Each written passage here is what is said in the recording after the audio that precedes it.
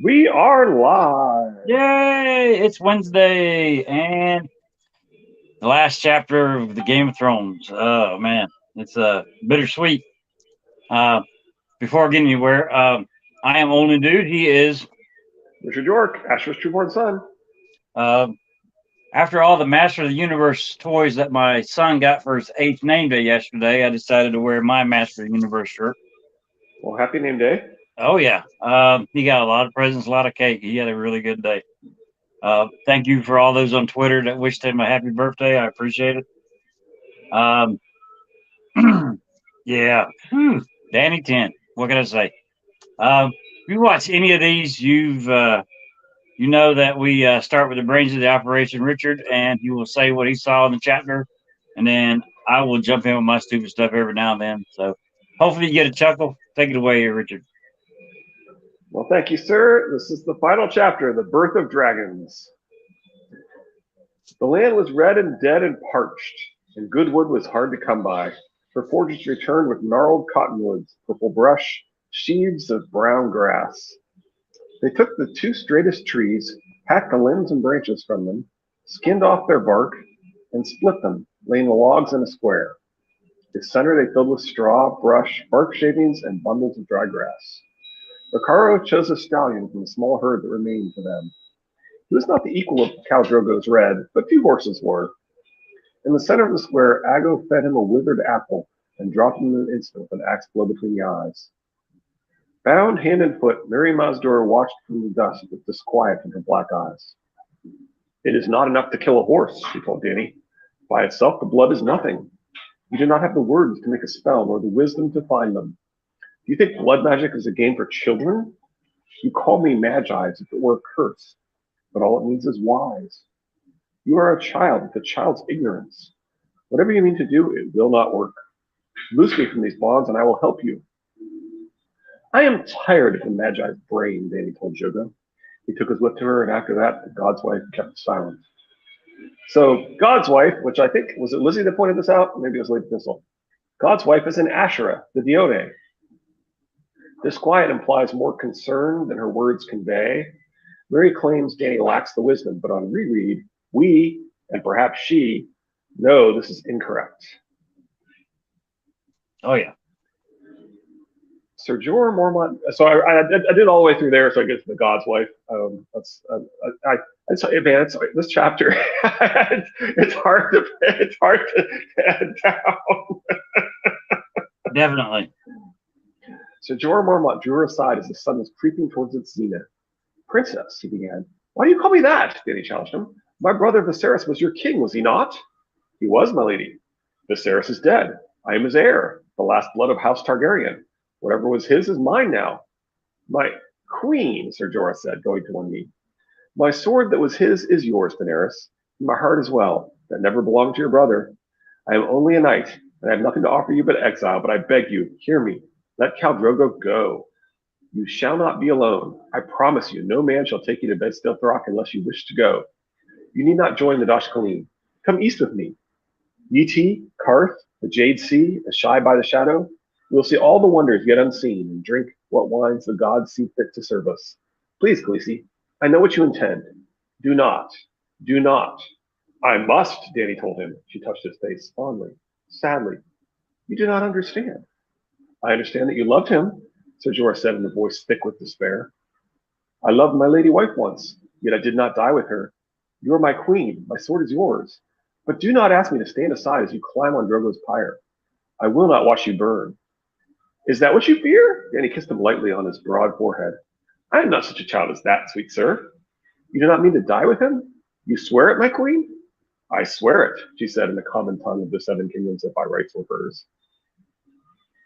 Dany is a queen and promises not to die, but never claims she won't climb on Drogo's pyre. Yeah. Jorah, stop being so thirsty. It's not a good color. Oh man, he's easier to read than any book ever written. I mean, it's creepy as all get out too. Yeah. This man is my age, if not older, which I'm 52.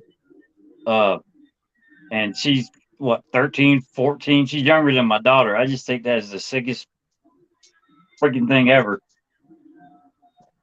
Yeah, I don't have a problem with people having a big age difference as long as the young person's like 25 or more. Right. I mean, It's like I mean, once you hit there's been, adulthood, you're mature enough, or supposedly mature yeah, enough, to right. make that decision. But when you're the age that you're supposed to be protected, it's Yeah, there've been some longer gaps in some of my family's, difference in some of my family's relationships, but yeah, yeah. not with a very young person. Hmm. Okay. The third level of the platform was woven of branches no thicker than a finger and covered with dry leaves and twigs. They laid them north to south, from ice to fire, and piled them high with soft cushions and sleeping silks. The sun had begun to lower toward the west by the time they were done. Then he called the Dothraki around her. Fewer than 100 were left. How many had Aegon started with? She wondered. It did not matter. Ice to fire for the queen that was promised. Oh yeah. Jogo, to you I give the silver-handled whip that was my bride gift, and name you Co, and ask your oath that you will live and die as blood of my blood, right at my side to keep me safe from harm. Jogo took the whip from her hands, but his face was confused. Khaleesi, he said hesitantly, this is not done. It would shame me to be blood rider to a woman. AGoT Dany called, paying no heed to Jogo's words. If I look back, I am lost. To you I give the dragonbone bow that was my bride gift. It was double curved, shiny black and exquisite, taller than she was. I name you Co and ask your oath that you should live and die as blood of my blood, riding at my side to keep me safe from harm. AGoT accepted the bow with lowered eyes. I cannot say these words. Only a man can lead a Khalasar and name a Co. Ricaro, Dany said, turning away from the refusal. You shall have the great Eric that was my bride gift, with hilt and blade chased in gold. And you too I name my Co, and ask that you live and die as blood of my blood, riding at my side to keep me safe from harm. You are Khaleesi, Ricaro said, taking the Arak. I shall ride at your side to base Dothrak beneath the mother of mountains, and keep you safe from harm until you make your place with the crones of the Dash Khani. No more can I promise. She nodded as calmly as if she had not heard his answer, and turned to the last of her champions. Sir Jorah Mormont, she said, first and greatest of my knights. I have no bride gift to give you, but I swear to you, one day you shall have from my hands a longsword like none the world has ever seen, dragon forged and made of Valyrian steel, and I would ask for your oath as well. You have it, my queen, Sir Jorah said, kneeling to lay his sword at her feet. I vow to serve you, to obey you, to die for you if need be. Whatever may come, whatever may come. I shall hold you to that oath. I pray you never regret the giving of it. Dany lifted him to his feet. Stretching on her toes to reach his lips, she kissed the knight gently and said, You are the first of my queen's guard. So Dany owes Jorah a long sword like none the world has seen. I'm not sure if ordering him to leave qualifies as regretting his oath or if there's more to come. I suspect there's something more to come, perhaps, that she's going to perhaps order something that he's gonna regret having given this oath. I don't know. What do you think? I think there's a lot in this chapter that is not going to pay off until later on in the story. Yeah, that's what I'm thinking. The greatest of my knights also. Fair enough. Fair enough. At this point, she does consider him pretty great. Yeah. She's not going to think that for long, but well, for a while, but not always. But anyway, they thought her mad. Dany realized. Perhaps she was. She would know soon enough. If I look back, I am lost. What madness is this? We will revisit this in a moment. I don't know if this counts or not. It might. We'll let Lizzie decide. Anyway. Lizzie. Oh, yeah, definitely. Forgive me, son of my life, she thought. Forgive me for all I have done and all I must do. I paid the price, my star, but it was too high. Too high. Lizzie says one. All right. Yeah, I just saw that pop up. This could foreshadow this part. This forgive me for all I've done and all I must do. I do wonder if this could foreshadow a dark return for Dany. Yeah, or is it what she must do in the rest of this chapter? Yeah, I'm sure that's the intention of what she's saying. But right. I suspect that George may intend this also to foreshadow her potentially. So I mean, I definitely agree with is it Adam the Myronese the Myronese, the not guy. You know, I mean, the fifth book for Dany is about how choosing peace is the right path, but unfulfilling, and how glorious it feels to choose war, right? Right. And you know, we've seen the triple Shakespeare reference. She's set up to be somewhat of a tragic figure to choose war when she probably should be choosing peace, and to not realize that she was succeeding at peace. And so, you know, I do think he may have been attempting to foreshadow this darker turn for Dany. Yeah. Well, forgive me for what I have done and what I must do is Sure. having him as a sacrifice instead of. Well, I mean, she had the Magi help him. Right. She had blood magic that she was warned would be worse than death, right? And then she murdered him, right? Mercy killed him. She mercy killed him. Right. And then the all I must do in this next little bit. Oh, she knows she's the one who has to make the hard choices from here on out, since she's aware that mistakes will be made, or there's sometimes there's some wrongness in your choice, irrespective, right? Even if you choose the best path, they still have some problems. Yeah. I just feel that granted, she says she sees him in the flames, but having the Khal Drogo basically be a catalyst, a sacrifice for the birth of her dragons. Yeah, instead of it being I think that's certainly an intention. Like we said, there's usually multiple meanings for things George writes. Right. Well, I mean, originally it would be just the great Khal Drogo's funeral pyre, and that is it. That's all would be done, and that's the normal thing, the thing that should have been done with his body. But she went one step further. It's not.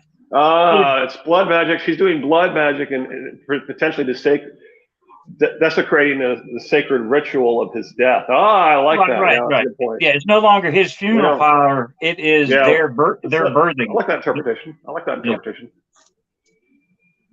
Bring my eggs, Dany commanded her handmaids. Something in her voice made them run. Sir Jorah took her arm. My queen, Drogo will have no use for dragon's eggs in the Nightlands. Better to sell them in a shy. Sell one and we can buy a ship to take us back to the Free Cities. Sell all three and you'll be a wealthy woman all your days. They were not given to me to sell, Dany told him. It amazes me how many people believe Illyrio when he blatantly lies and claims he didn't expect Dany to hatch these eggs. The story only makes sense if he's lying. Therefore, he's lying. Right. I mean, anyway, yeah, it's like it's accepted as fact, and a lot of the fandom are like, no, he's a liar who's lying, and the story only makes sense if he's lying. Therefore, he's lying. I mean, anyway. Well, I mean, we on the people that are playing the great game and everything, we know that they are able to anticipate things that are going to happen, possibly knowing what the future is and making moves to get the desired outcome that they want. And having Illyrio give these eggs to Dany with the specific outcome of she's going to hatch them. They already know ahead of time. He chose to give her 3 priceless dragon eggs. Right? He chose to do that for a reason. Right. He wouldn't do that unless he had some reason to do that, right? It's hard to believe someone like him. That's my point. It's hard to believe someone like him would part with something so valuable unless he knew they would hatch. Exactly. The story only makes sense if he believes that they're likely to hatch if he gives them to Dany. Otherwise, why would he suddenly give away 3 things that we've been told just how amazing they are and how they could raise an army and all this stuff, right? I mean, he's choosing to do that because for a reason, and the story only makes sense if the reason is because he thinks they might hatch. I don't think the man is that wealthy that he can just turn around and hand away 3 dragon eggs. Right, you don't stay wealthy if you behave that way. No. I mean, he's got money, but he ain't that damn rich. I mean, right. I agree with you. It had to be. Yeah, the story makes sense if he gave them. If he's lying, the story makes great sense if he's lying. It doesn't make sense if he's telling the truth. Therefore, he's lying. And anyway. Yep, I agree. As she climbed down off the pyre, she noticed Miri Mazdor watching her. You are mad, the god's wife said hoarsely. Is it so far from madness to wisdom? Dany asked. Sir Jorah, take this magi and bind her to the pyre. What madness is this? Once again, but now Dany has the truth of it, right? According to Miri Mazdor's definition, magi means wise. Dany is a magi. She's definitely acting that. I know she keeps saying, if I turn back, I'm lost. But from her actions and her words, she knows exactly what she's doing. Right. She knows she has to do this. And if she dwells on the fact that, that she's possibly responsible for Khal Drogo's death and definitely responsible for a fate worse than death for him and then mercy killing him, right? I mean, you could easily go insane if you stop and look at all the mistakes you've made in life and focus on the mistakes and don't look ahead, right? And so when you're at the precipice of greatness and you've made things that could be viewed as terrible mistakes, you need to focus. If you dwell on the past, you're going to doom yourself. And anyway. Right. Well, I mean, with the theory that with one of the theories that the Lightbringer is basically a person, just like a sword. These people have to go through ups and downs all the way through in tempering and folding that metal over top of each other. That's a good analogy. Without Dany hateably going through what she went through, you remember the line in the show that used to be good that Sansa tells the Hound that if I'd have gone with you, I'd still be that little bird. When he's talking about you, right. She didn't go through all the stuff that she went through, making her. People get upset about that, but your point is that there's truth to the concept that a person has to go through some hard times to learn and to become tougher and so forth. Yeah, absolutely. Well, all of our POVs, especially the younger ones, you see every one of them going through everything that's folding them back upon themselves and tempering that blade to make them even stronger on the end of it. And Dany's no different from the rest of them. I mean, granted, some of the stuff that she goes through is just total crap, but the outcome. This blends right into what she's about to say here. Actually, now I look at the very next quote she has. This actually fits perfectly. I thank you, Miri Mazdor, she said, for the lessons you have taught me. Right? That's exactly what you're talking about. Right. You will not hear me scream, Miri responded as the oil dripped from her hair and soaked her clothing. I will, Dany said, but it's not your screams I want, only your life. I remember what you told me. Only death can pay for life. Miri Mazdor opened her mouth, but made no reply. As she stepped away, Dany saw the contempt was gone from the Magi's flat black eyes. In this place was something that might have been fear. Then there was nothing to be done but watch the sun and look for the first star. So Miri finally realized that she's made a horrible mistake, that Dany has, in fact, become wise. Now, there is the theory that Miri Mazdor is actually aiding. Yeah, I've heard that. I actually don't think that's the case based on her reactions and so forth, but it's a reasonable interpretation. Yeah, I mean, with her, the sounds like chanting or whatever it is at the beginning and all that stuff. Yeah, undulating. Yeah, we'll get there. I could see it going that way. I don't have enough information to say one way or the other on it. Could it be deliberately ambiguous? Exactly. The first star was a comet, burning red, blood red, fire red, the dragon's tail. She could not have asked for a stronger sign. It be dragons, boy.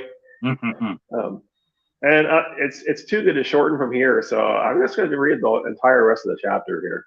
And, okay. Even though it's literally the next line after that, and it goes all the way to the end. Dany took the torch from AGoT's hand and thrust it between the logs. The oil took the fire at once. The brush and dried grass a heartbeat later. Tiny flames went darting up the wood like swift red mice, skating over the oil and leaping from bark to branch to leaf. A rising heat puffed at her face, soft and sudden as a lover's breath, but in seconds it had grown too hot to bear. Dany stepped backward. The wood crackled louder and louder. Miri Mazdor began to sing in a shrill, ululating voice. That's the word we were looking for earlier.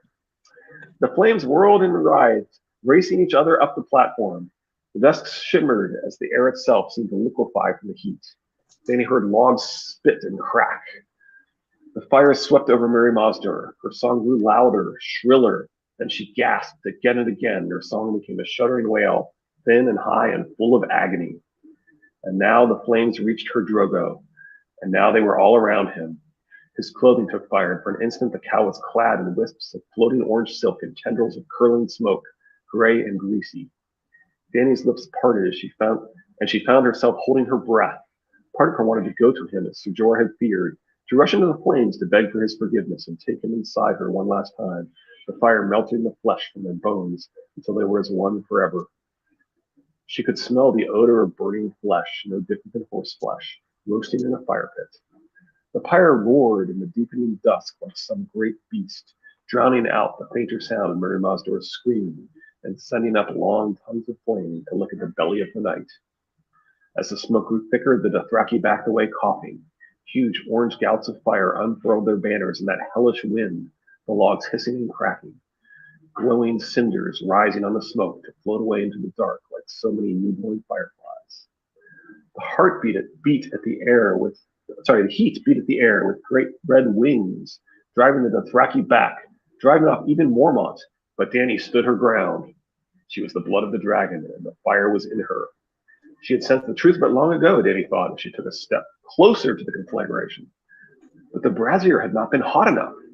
The flames writhed before her, like the woman who had danced at her wedding, whirling and singing and spinning their yellow and orange and crimson veils. Fearsome to behold, yet lovely, so lovely, alive with heat. Dany opened her arms to them, her skin flushed and glowing. This is a wedding too, she thought. Mary Mosdor had fallen silent. The gods might thought her a child, but children grow and children learn. Another step, and Dany could feel the heat of the sand on the soles of her feet, even through her sandals. Sweat ran down her thighs and between her breasts and in rivulets over her cheeks, where tears had once run. Ser Jorah was shouting behind her, but he did not matter anymore. Only the fire mattered. The flames were so beautiful, the loveliest things she had ever seen, each one a sorcerer robed in yellow and orange and scarlet, swirling long, smoky cloaks. She saw crimson fire lions and great yellow serpents and unicorns made of pale blue flame. She saw fish and foxes and monsters, wolves and bright birds and flowering trees, each more beautiful than the last. She saw a horse, a great gray stallion limned in smoke, its flowing mane a nimbus of blue flame. Yes, my love, my sun and stars, yes, mount now, ride now. Her vest had begun to smolder, so Dany shrugged it off and let it fall to the ground. The painted leather burst into sudden flame as she skipped closer to the fire, her breast bare to the blaze, streams of milk flowing from her red and swollen nipples. Now, she thought, now, and for an instant she glimpsed Khal Drogo before her, mounted on his smoky stallion, a flaming lash in his hand. He smiled, and the whip snaked down at the pyre, hissing. She heard a crack, the sound of shattering stone. The platform of wood and brush and grass began to shift and collapse in upon itself. Bits of burning wood slid down at her, and Dany was showered with ash and cinders, and something else came crashing down, bouncing and rolling to land at her feet. A chunk of curved rock, pale and veined with gold, broken and smoking.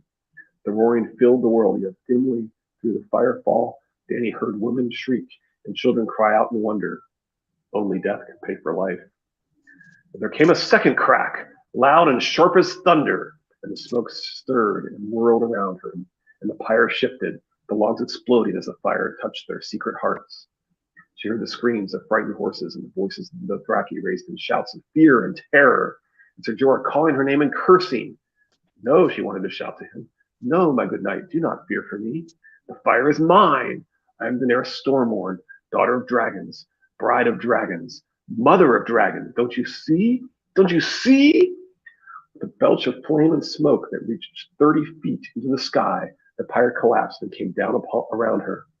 Unafraid, Dany stepped forward into the firestorm, calling to her children. The third crack was as loud and sharp as the breaking of the world. When the fire died at last and the ground became cool enough to walk upon, Ser Jorah Mormont found her amidst the ashes, surrounded by blackened logs and bits of glowing ember and the burnt bones of man and woman and stallion. She was naked, covered with soot, her clothes turned to ash, her beautiful hair all crisped away, yet she was unhurt. The cream and gold dragon was suckling at her left breast, the green and bronze at the right. Her arms cradled him close. The black and scarlet beast was draped across her shoulders, its long, sinuous neck coiled under her chin. When it saw Jorah, it raised its head and looked at him with eyes as red as coals. Wordless, the knight fell to his knees. The men of her cause came up behind him. Jogo was the first to lay his eric at her feet. Blood of my blood, he murmured, pushing his face to the smoking earth. Blood of my blood, she heard Aggo echo. Blood of my blood, Rakuro shouted.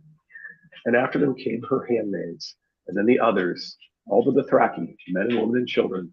And Dany had only to look at their eyes to know that they were hers now, today and tomorrow and forever. Hers as they had never been Drogo's. As Daenerys Targaryen rose to her feet, her black hissed, pale smoke venting from its mouth and nostrils. The other two pulled away from her breasts and added their voices to the call, translucent wings unfolding and stirring the air. And for the first time in hundreds of years, the night came alive with the music of dragons. So Fire and Ice, the poem, is about the dispassionate cold destruction of ice and the passion of fire. Some say the world will end in fire, some say in ice. From what I've tasted of desire, I hold with those who favor fire. I could easily see humanity uniting to defeat the common threat and then immediately going back to war, and the foreshadowing of the impregnable eerie relevant to the true endgame. That was weird. The sound did something. Oh yeah, my phone. I got a phone call. Oh, so it's switching the over to the phone because the headset's trying to take the phone call. Let's see. Oh, I thought I hit ignore, so I'm surprised it kept ringing. that's all right. I noticed something that I didn't notice when I read it, and which is always good to listen to other people, whether you're doing the audiobooks or listen to the way you read it and everything. Huh? What do you feel that Drogo is the one that cracked all the eggs? Yeah, that is interesting, right? It's like his, it's like he appears and then the whip is there and then there's a crack and the eggs open. So it's almost like he summoned his spirit to open the eggs is what it kind of sounds like, isn't it? Right. And I don't think well, I may have noticed it before, but I didn't remember that. Yeah, same here. Well, I mean, she's telling him now we get the crack. I mean, you get the whip going, and then right when it's about to make the cracking noise from a whip, you get the cracking of the first egg. So I don't know. I just think that, okay, well, what if her having to use his, because we know that life fire stays in the body for a certain amount of time because we have Stoneheart being revived. So there's still something there after death. So I mean, he still has some life fire left in him, and that's the life fire that she is tapping into to finish. She's the reason that stone eggs are going to hatch. He's Right. the reason that they did hatch. He's the one that cracked them open. So I mean, she's using, she summoned his spirit or what? Somehow it sure feels like that's what happened. She somehow summoned his spirit and used the magic of his spirit to open the eggs. What it comes across as, right? Right. And if so, is he actually going to be able to go to the night sky or whatever, or did she sacrifice what he was going to do later? What was going to happen to him? That would explain why she apologizes. Yeah, that's interesting. Yeah, kind of. I can't remember if well, it just seems to me that he had just a bigger part to play in this as she did, and as with the question with Mir Mazdur, whether or not she was aiding, because she knows she's going to die, she knows she's going to burn, but I mean, is she playing a part in the dragon's opening by possibly chanting the something that helped Dany? Yeah, I prefer the interpretation that she's scared. She realizes that Dany actually does have the wisdom to cast a spell and exactly what's going to happen. I like the idea that she's actually terrified when she finally figures out, oh wow, I've just unleashed on this world a true magi who's able to bring dragons back to the world, right? And so I prefer that interpretation, but I certainly see the alternative interpretation. Right. I still like the Dany controlling the essence of Drogo. Yeah, no, I definitely see Um, that. Absolutely. yeah. Which I mean, even later on, you get when Dany starts having problems. Um, it's when she turns away from her dragon side. Uh, just like Rob, when he doesn't listen to Grey Wind, he steps away from the wolf side. He has problems in leadership and making the wrong ideas. Uh, I was got cold realization from her, pun intended. Yeah, exactly. That's what I'm saying. It's like she's terrified as she finally realizes that no, Dany actually does have the wisdom. She is the Magi, and she's going to succeed at this. yeah. Well, I mean, she probably realized in that exact moment, oh my God, I just brought about dragons again. Right, right. I I was mean, trying to stop this, and instead I caused it. Right, and yeah, that's I think that's part of the point of prophecy. Right, is that most of the people think that they're stopping something, and while they're actually causing things. right. Well, I mean, you're stopping what one person prophesized, but you're bringing about what somebody else prophesized. Well, you stop what you thought the first person was prophesizing. What we really see most of the time is they actually were prophesizing that what you're going to cause by trying to stop that, the Yeah. actions you Okay. take, Yeah. right? Like That makes more Melisandre sense. tries to kill Renly because she's seen Renly's armor at the Blackwater defeating Stannis, right? Right. And by doing that, she causes Renly's armor to be at the Blackwater defeating Stannis, bringing about prophecies. Looking at you, Cersei. Yeah, exactly, Yeah. right? Definitely. They're, so anyway, She's her worst enemy. well, but most of the prophets are this way, Yeah. right? That's the point. Most of the people with prophecy are doing this. That Mary Mazdur wanted to stop the stallion that mounts the world, but the stallion that mounts the world is Dany and Drogo, right? And Yeah. and and um and so she caused it by trying to stop it. Similarly, Melisandre causes Renly's ghost to defeat Stannis, right? Yeah. And then there was something. Speaking of prophecy, um, the when she sees the crimson fire lions and great yellow serpents and unicorns made of pale blue flame, fish and fox and monster wolves, bright birds and flowering trees, Yeah, she's having a vision in the flames, just like right. Melisandre. Right, and so these are probably all things that we're supposed to see as relevant Yeah, to the story, right? And right. so of course the wolves are relevant, but you've also got some things that Yeah, you maybe got the sound a little crimson. bit like I think back to Davos. Both endings can't be true. Both endings can't be true. What's that mean? I'm missing it.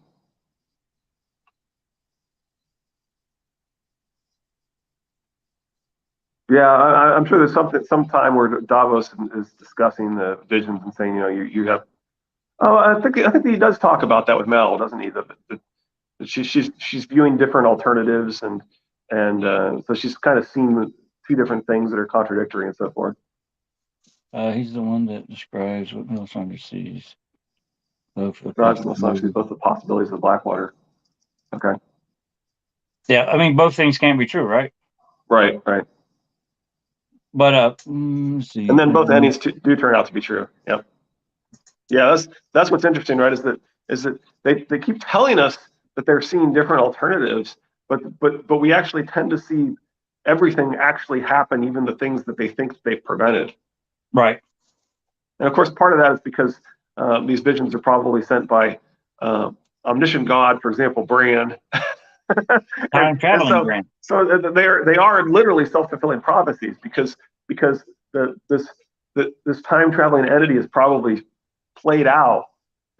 What happens when you see this, and does it still happen? And only showing the things that are true, but even when you see them and helping to fulfill those things and so forth, right? So Right. they are literally self-fulfilling prophecies. Right. Well, if it just came out and gave you word for word what you're supposed to do or whatever, I mean, it would be easy. Yeah. It's like the ink is already dry going forward, right? Because the gods are omniscient, right? The Yeah. old gods anyway are omniscient. Doesn't seem to understand this, that there is no changing it. It's done already in a way. So no, not right. So there's no changing it. Yeah. But when she saw this, I mean, first thing that popped in my head is she's having a vision. We got the Crimson Lions, so that's the Lannisters. I don't know who the great yellow serpent is. I mean, the unicorn made of pale blue flame. Well, it made me think of Rickon for Right. some reason. I Yeah. mean, Well, he's the unicorn, one with unicorns. He's the one associated with right? unicorns. Sure. But then you got the pale blue instead of it being flowers, you got flame. So I mean, that blue color is No, it kind kind of. of yeah, kind of the But by being Stark. flame, that's kind of a union of a dragon and Targaryen and Stark there. Yeah, I mean, you got fish, fox, and monsters. I mean, all that stuff could, if you went through, I mean, you got the Tullys, you got the Florence. I mean, yeah, she's seeing what's going on in Westeros in those flames. It's just trying hopefully Oh, she remembered. did we ever hook up Lady Thistle with, or sorry, Lizzie with Alicia Patience? A link to Alicia Patience. Lizzie, did you Uh, manage to track down Alicia Patience's YouTube?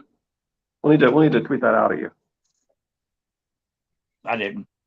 Yeah, we'll tweet it out. Yeah. But I'm hoping that she will later remember this vision in the flames, and maybe we'll get a little bit more to it. You were talking about the Tullys and stuff, and it reminded me of our previous discussion of the previous chapter and so forth. All right, we'll hook you up. You gonna retweet this with a link to Alicia? No problem. Yeah, I'll do that. Okay. I don't know. And anticipation of Friday, I already have a Clash of Kings, which it's I carry both books around because I have book club, and they're on a little past halfway on a Clash of Kings. But I missed all the beginning of a Clash of Kings with them, so jumping into Clash of Kings with you and then Lizzie and Lady Thistle on these live streams, I can't wait to because when I read the chat, pay careful attention because I believe that everybody shows, including Stannis, shows the utmost respect up until, which is pretty overcast here. Should I plant some lemon trees?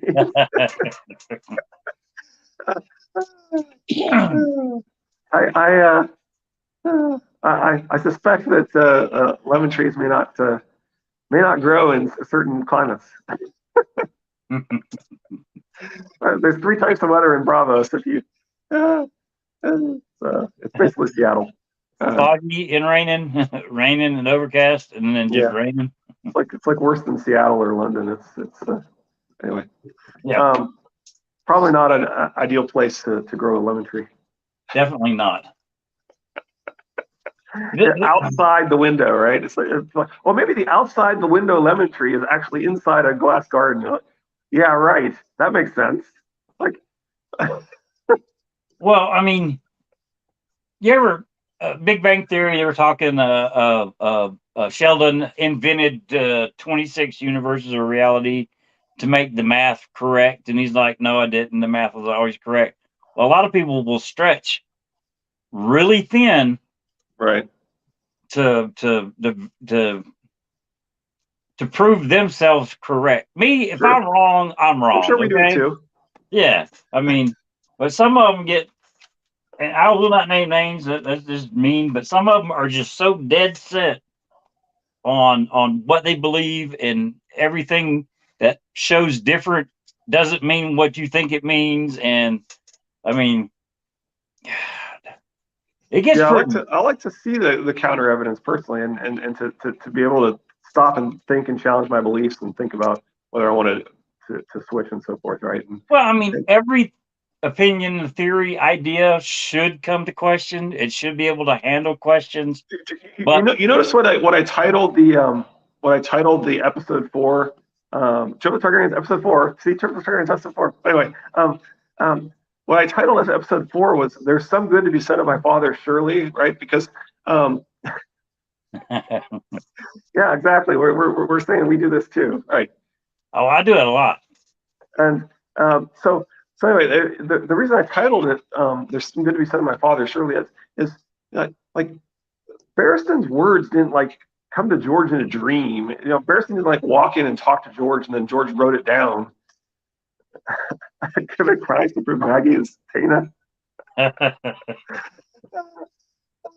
Anyway, the point is the point is, authors don't like the number of people who, if you tell them, if you point out that literally his answer only makes sense if Rhaegar is Dany's father, people will just completely ignore that. They're like, no, that doesn't mean that, and it's written in such a way that Barristan and Dany and the reader can easily accept the paragraph as natural without Rhaegar being Dany's father. But the paragraph, the response literally only makes sense if Rhaegar is Dany's father, and the author chose those words.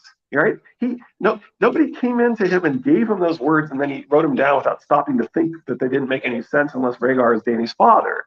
He came up with these words that only make sense if Rhaegar is Dany's father. And the nail in the coffin for that one is the Darth Vader. Yeah, the Darth Vader one's also really strong. It's really strong too. Yeah, I mean, when you pointed that out, I pointed it out to my son. It was like, trust the symbolism. Exactly. But my point is, the way you write a book, right? You come up with the words. You choose those words carefully, and he's chosen words that literally only make sense if Rhaegar is Dany's father. Just like it only makes sense that Illyrio suspected that Dany was going to.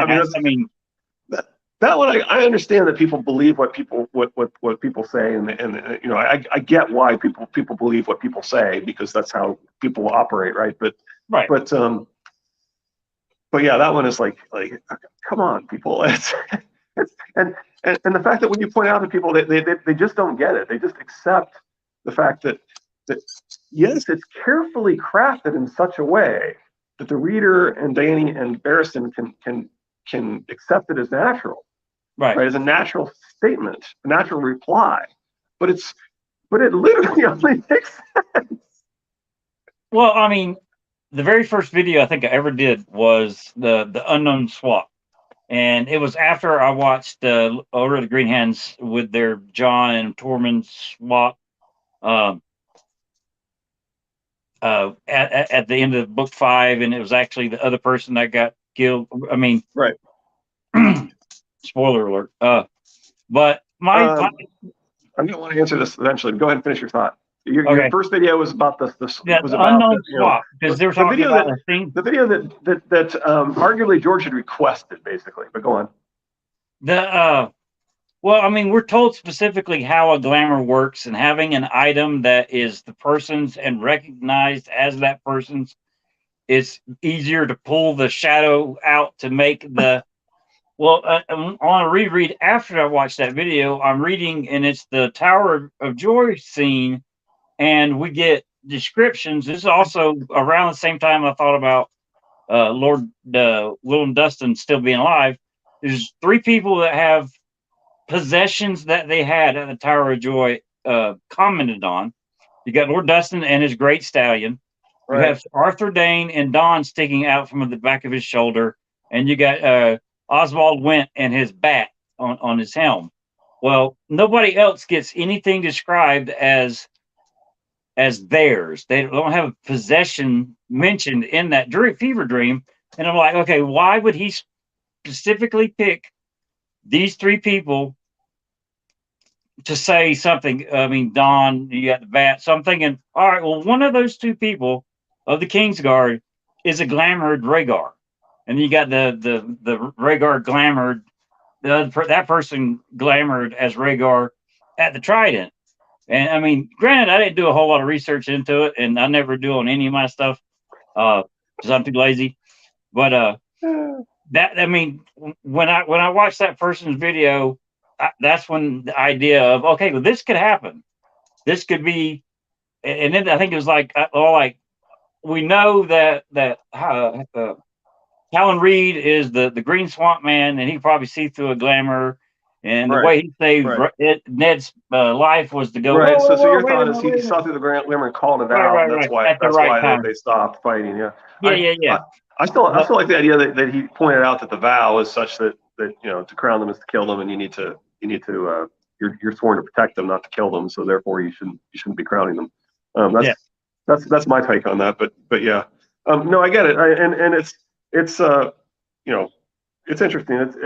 I It's out there. I don't know. I mean, there's more than one, and so therefore, was there more than one person glamored? And I don't think so. I think it's just that there's going No, to I be just think that some one of the mention of people some were things glamored. there. Right, So right. I wouldn't necessarily say that that's any proof, but it certainly can support the idea.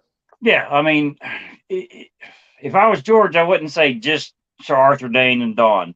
He So would be the I do want only to answer person. Lizzie's question here, right? So Okay. it's hard to argue GRM like in real life. Listen, Fury and always a lost cause. I don't know. I think the important thing of talking to George is to remember that I think he considers there to be multiple correct answers, and I think that's part of the point of his whole Lyanna Stark versus triplet, having three kids on the page and one on the screen versus saying that the Scarlett O'Hara has 3, 1, and 0 kids. It's not just that he's hinting that it's literally that the story is literally exactly like that, where Lyanna has 3 kids on the page and one on the screen. It's also saying there's more than one correct answer, and so I think he's deliberately written things to have more than one correct answer, and I do think that if he confirms one interpretation, it doesn't actually. That's probably the question I would ask him. Would it be fair to say that your books are written intending to have multiple interpretations, and that you confirming that one interpretation is valid would not rule out an alternative interpretation? I think that would be one of the things to consider asking him. Another one would be did Mance Rayder bring the silver that was found at the stables to wear out? I'm this close to Lizzie being says on board with you. this video was so good. Is that I'm not sure if she's referring to the Order of the Green Hand that you were talking about at the time, or whether she's referring to the fact that we were talking about triplet Targaryens at the time, or whether she's referring to the video we just did. I don't know. Hey, Lizzie, or all of the above. Yeah, all above works too. I forgot what I was going to say. Hey, we were just talking about how things are ambiguous. If I don't say a thought when I have it, I lose it and it's gone. Damn. I don't know if that means that I've given 3 references, or it does mean all of the above. Okay, that sounds good. Man, what was I going to say? It was a good one too. Damn it. I hate my memory. I'd say I'd think of it next time, but I probably won't. It's lost for at least a couple of months. It'll pop back up later on. It'll probably pop back up, and you won't even realize that it was one that you had thought about before. Yeah, we'll just talk about it then. Chances are, as soon as I hit end on this damn phone of mine, then it'll pop in my head. I'm like, Well, tweet your idea out when you get it. No, I ain't tweeting no ideas out no more. That's a okay. DM me. Yeah, I'll DM you. Yeah, I mean, some people even on Twitter nowadays, which I mean, comment on this video. Yeah, I'll do it in this video then if I can think of it. Yeah. Okay. I'm actually sad that a Game of Thrones is done for us. Yeah, but comment on the video first. I'll make the comment on the video. That way I can get all y'all at one time. Yeah, Game of Thrones is done. I was excited at the beginning of the week that we're going to get to Clash of Kings, and now that we're here and a Game of Thrones is done for us, I'm kind of sad. There's so he said before that everything's in the first book to understand it, and we're definitely gonna do the prologue of Clash, absolutely. Yeah. I mean, I feel so sad for Maester Crescent. One of the things we need to look at for this is that I think Maester Crescent has shown the utmost respect before he pulls out all the poison and puts. If I remember correctly, and I think Preston commented on this. He basically takes out all the poison. He lays it out there. He leaves it out. He falls asleep, and then he wants to be woken while he has the poison out. And then for some reason he doesn't get woken, and he's been they command him to let him sleep, even though up until that point they've had the utmost respect for him the whole time. And so pay attention if that's true. Are they giving him the utmost respect up until he falls asleep, and does he in fact lay out the poison then fall asleep? Because it would be gross negligence to wake somebody up who is clearly trying to engage in treason, right? Well, I mean, I forget the maester or the arch, whatever, the one that's been helping him out, the new Pylos, isn't it? maester, that Pylos or something like that. I think it's Pylos. Pylos. Well, Something like he's going to know what the poisons are. He's going to know that. that Yeah, it's poison. He's going to know that it's the right. strangler. That's what I'm saying. It would be negligence for him to wake him up. He should have asked Stannis what to do, and Yeah, Stannis will probably command him not to wake him up. yeah.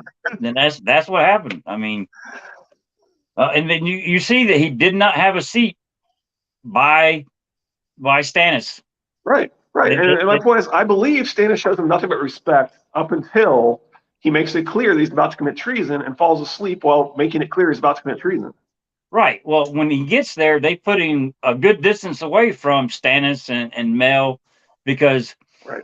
It's not 100% guaranteed. You know exactly who he's going to poison. You and can guess. One of the things that Preston points out is it's possible that he may have also given Mel the antidote. Oh. I mean, yes, she's magic. Yes, she can see her own death and so forth. But it's also possible that it was very clear who was the likely target and that what the poison was going to be. And so he may have given her the antidote, knowing that. Damn. I mean, that kind of changes things right there. So what's to pay attention if that's accurate, if it's true that basically everybody shows him the utmost respect, then he lays out the poison and falls asleep expecting to be woken, which is like crazy. Everyone's reaction as soon as he comes into the Great Hall. We definitely need to pay real close attention to the things they do or say. It sure feels like Davos already knows that he's intending poison, and so it seems like it's been openly discussed that he's going to do this. Yeah. Okay. Well, I'm still sad that Game of Thrones is done. I am extremely excited that we're starting A Clash of Kings. I feel sorry for. And I really like Clash now that people have pointed out that it's such an echo of Ned, and it's that basically you've got Tyrion is a game doesn't. Yeah. Sorry, that's okay, Lizzie. There's only a couple epilogues, right? Just the books 3 and 5. I think that's what it is. Yeah, you got Stoneheart. Well, I guess technically it's what's the name of the Merritt Frey, right? And Kevin. Yeah. All right, we're going to start A Clash of Kings on Friday. I can't believe it. There's actually a lot in this chapter or in the prologue, so it's either going to be a long day, or we might have to skip a couple of things that happen in the chapter. Yeah, we'll just have to. I don't know. We'll see. We'll try and edit it down enough. But if it's too long, if we find ourselves going long or whatever, we can always. Well, you got everything happening with Maester Crescent. You get the introduction to Mel. You can go down that rabbit hole a little bit. You got the introduction to Patchface. You can go down that rabbit hole a little bit. Sure. I mean, there's quite a few rabbit holes in that prologue that it's easy to. I kind of like it to be one because one of the things I really want to focus on is that whole thing of the dynamic of them respecting him versus not respecting him and looking for that evidence. And I'd like to have that whole thing as kind of one piece that we go all the way through. But if it's too long, we'll cut it up. We have to. Yeah, I mean the Mel and then the Patchface stuff. I mean, we can get to that Monday if we have to. Yeah. Let's go down Carrots. Let's go down all the rabbit holes. I have the hardest time. I go down rabbit holes so easily, and I don't know who was it. Was it David Lightbringer? It might have been back. It's like a year ago. He's like, "Why do you like tinfoil so much? Why do you like going down those rabbit holes?" And I'm like, it is the mental gymnastics that you have to do when you go down those rabbit holes. Well, if this is correct, then that is correct. Then this had to happen. And the rabbit holes are such a mental game that I love to do that it's hard not to do it when I'm reading the books. Sure. Just for this. I mean, I hit a sentence and then I want to go a completely different way with it. And I'm no longer paying attention to the rest of the chapter because my brain went down a rabbit hole. They're just really fun. Tenfold is really fun. I mean, some can be stretched out so far you can't see it no more. I know it's just really fun to think of different ways of thinking about the book than you did the first time. Maybe someday we'll get another book and people will suddenly start thinking about things a little more like us. There you go. I mean, I'm not counting my chickens joke, before but hatch. we wouldn't say that these are interpretations if they weren't really how we actually interpret it, right? Especially Right. Obviously we've had some discussion in this chapter about just how obvious we think it is that Rhaegar is Dany's father, but it's sure seems like there's a lot there. I agree with you. I mean, me and you, I think we're about 90% on what we believe in. There's pretty much in line. Yeah, we have a couple of things here and there. You've definitely got some things that are a little out there that I'm like, and some of them I totally see, and I just think that he's going to have to cut them because they're too long. Right. Yeah, I agree with you. He doesn't have enough room to get to all the weeds in the next. Yeah, the weed, as we said, the weeds of winter. He's got to pull some of these. Yeah, it could be one line. Just cut it. I mean, one sentence in the entire book, and you're done with that weed. So, all right. Before we start talking about weed and everybody gets excited, so Classic King starting Friday. Thank you to Lady Thistle, Lizzie, Valencar. I don't know if you got a chance to watch today or not. I hope you're feeling better from COVID. Absolutely. And Swagger Dagger, I don't know. You were here Monday. You might be out there today. If not, catch us on the rewatch. I do appreciate it. But stay safe. We will see y'all Friday. Same bat time, same bat channel. I have been Old New Dude, and he has been Richard York, Asher's 2.7. Y'all have a good day. Take care. Bye.